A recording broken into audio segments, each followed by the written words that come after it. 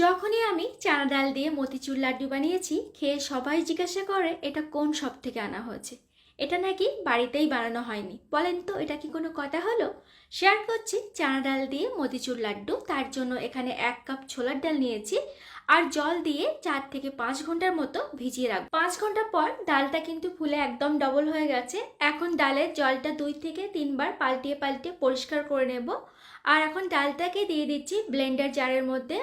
আর ডালটাকে এখন দানা দানা রেখে ব্লেন্ড করে নিতে হবে। একদম স্মুথ পেস্ট করে ডালটাকে ব্লেন্ড করা যাবে না, তাহলে মতিচুর লাড্ডুর মধ্যে যে দানা দানা ভাবটা থাকে সেটা থাকবে না। তো দেখতেই পাচ্ছেন এখানে বেশ দানা দানা রেখে আমি ব্লেন্ড করে নিয়েছি। এখন একটা অন্য পাত্রে নিয়ে নিচ্ছি আর ডালটাকে খুব ভালো করে মিশিয়ে নিচ্ছি।